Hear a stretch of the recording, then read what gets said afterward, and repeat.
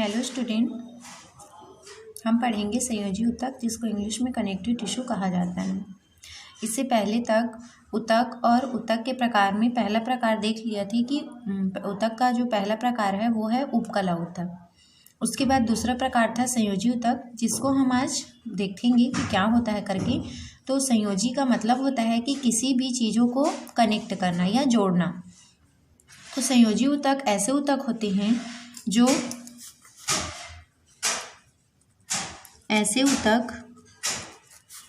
जो क्या करते हैं, विभिन्न ऊतक शरीर में और इसके अलावा भी बहुत सारे ऊतक पाए जाते हैं।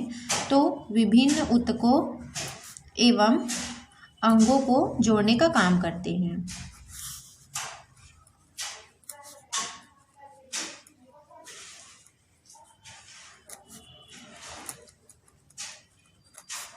तो ऐसे ऊतकों को कहा जाता है कनेक्टिव टिश्यू या संयोजी ऊतक कहा जाता है, क्योंकि इनका नाम ही है कनेक्टिव।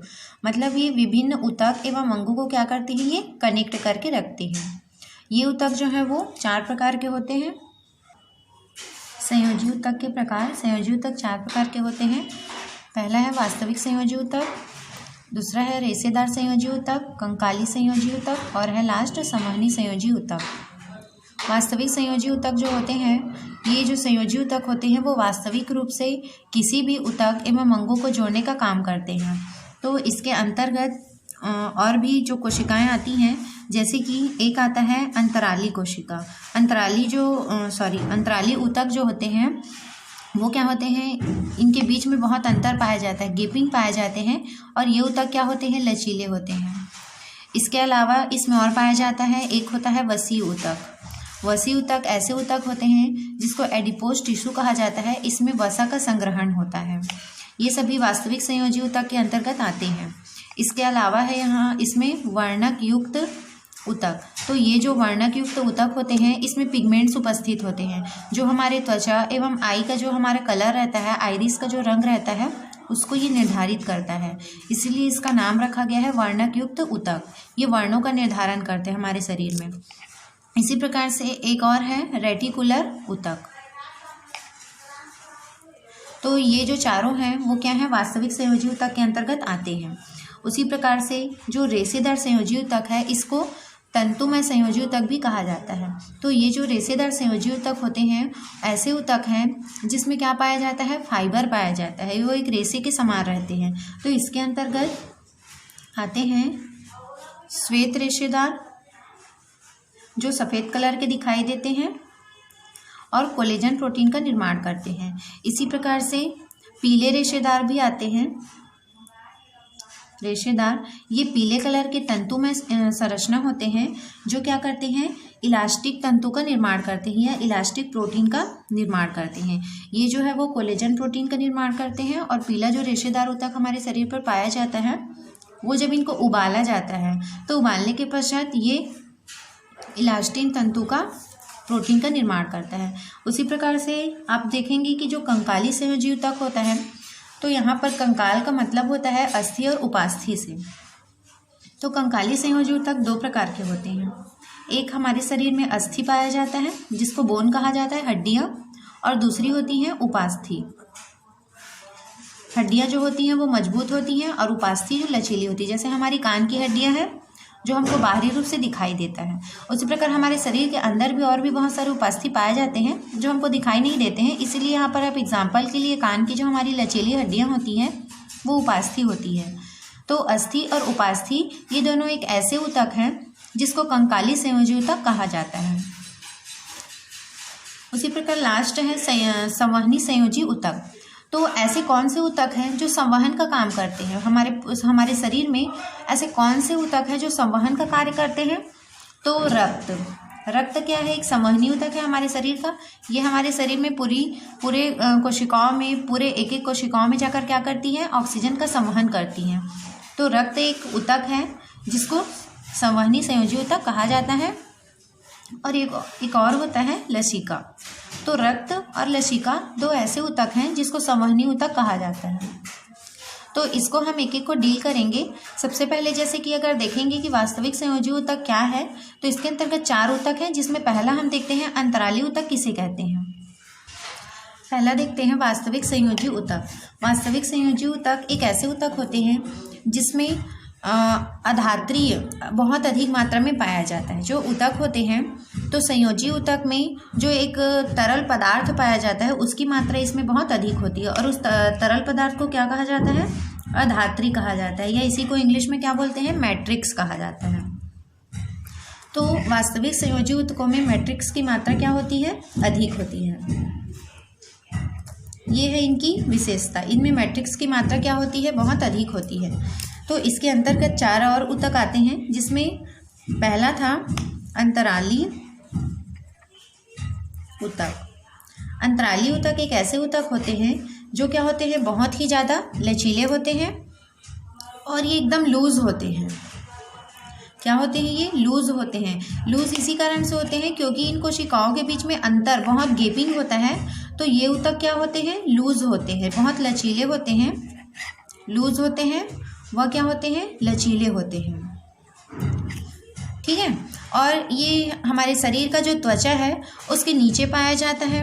रक्तवाहिनी एवं तंत्रिकाओं के चारों तरफ ये पाया जाता है।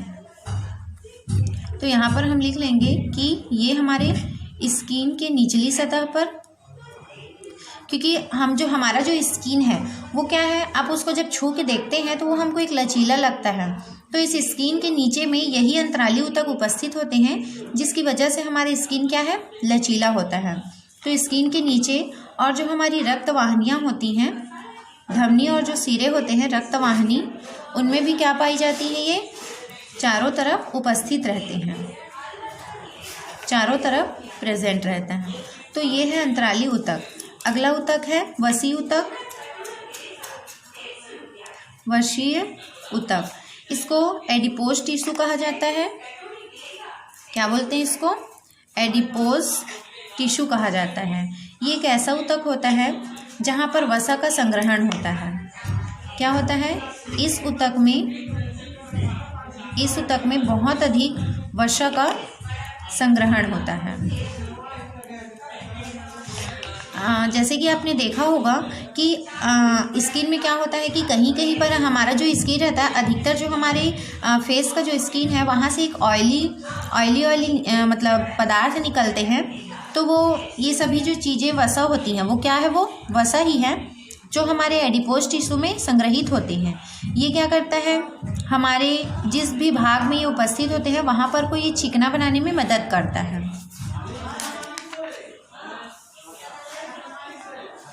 ठीक है। तो ये ऊतक कहाँ पर होती है? त्वचा के नीचे पाया जाता है। त्वचा के नीचे, इसीलिए जो हमारी त्वचा होती है वो मुलायम और बहुत ही ज़्यादा सॉफ्ट होती है। तो त्वचा के नीचे पाया जाता है। और जो गुर्दे होते हैं, गुर्दे के पास भी ये पाया जाता है। इसके अलावा ये बोन मैरो में भी पाया जाता है।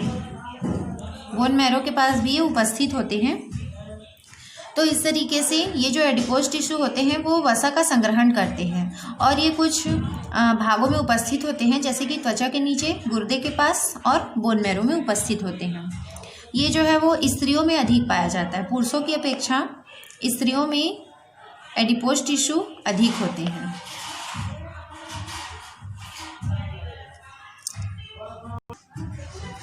आगे देखते हैं कि जो वर्णक युक्त ऊतक होते हैं, तो इस ऊतक में क्रोमेटोफोर पाया जाता है। इस ऊतक में क्या उपस्थित होता है? क्रोमेटोफोर प्रेजेंट होते हैं। ये जो क्रोमेटोफोर होता है यह क्या करता है? वर्णकों को वर्णक इसमें उपस्थित होते हैं। इस वर्णक को पिगमेंट कहा जाता है। जो वर्णक युक्त ऊतक होते हैं उसमें क्रोमेटोफोर पाया जाता है, जिसको पिगमेंट्स कहा जाता है। ये जो पिगमेंट्स होते हैं वो हमारे स्किन का रंग, हमारे आई का कलर, हमारे आइरिस के कलर का क्या करते हैं? ये निर्धारण करते हैं। तो जो हमारे शरीर में जो रंगों का निर्धारण होता है वो इसी ऊतक की वजह से ही होता है। तो ये जो पिगमेंट्स होते हैं वो वर्णक युक्त ऊतक में उपस्थित होते हैं। आगे देखते हैं कि जो रेटिकुलर ऊतक होते हैं, इस ऊतक में जाल पाए जाते हैं। ये ऊतक जालनुमा तंतुओं का बना होता है।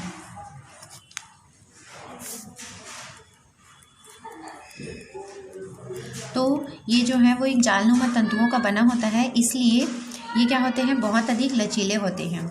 और ये जो रेटिकुलर ऊतक होता है वह लसिका ग्रंथियों के पास पाया जाता है, अस्थि मज्जा में पाया जाता है जिसको बोन मैरो कहा जाता है। और इसके अलावा ये जो है वो ग्रंथियों में भी पाया जाता है, थाइमस ग्रंथि। तो इन भागों में रेटिकुलर ऊतक उपस्थित होते हैं,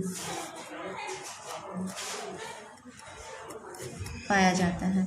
तो इस तरीके से ये है संयोजी ऊतक के पहला प्रकार जो है वास्तविक संयोजी ऊतक। तो इसके अंतर्गत 4 ऊतक आते हैं, अंतरालीय, वशीय ऊतक, इसके बाद था वर्णक युक्त ऊतक और है एक रेटिकुलर ऊतक। आगे देखते हैं रेशेदार ऊतक, इसको तंतुमय ऊतक भी कहा जाता है।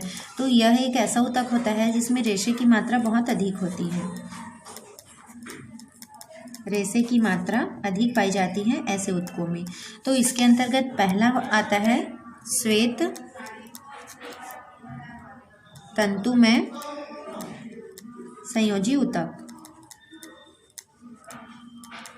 तो जो श्वेत तंतुमय संयोजी ऊतक होता है यह एक ऐसे ऊतक होते हैं जिसमें जो तंतु होता है वो सफ़ेद कलर के होते हैं। तंतु श्वेत या सफ़ेद रंग के दिखाई देते हैं, सफ़ेद होते हैं।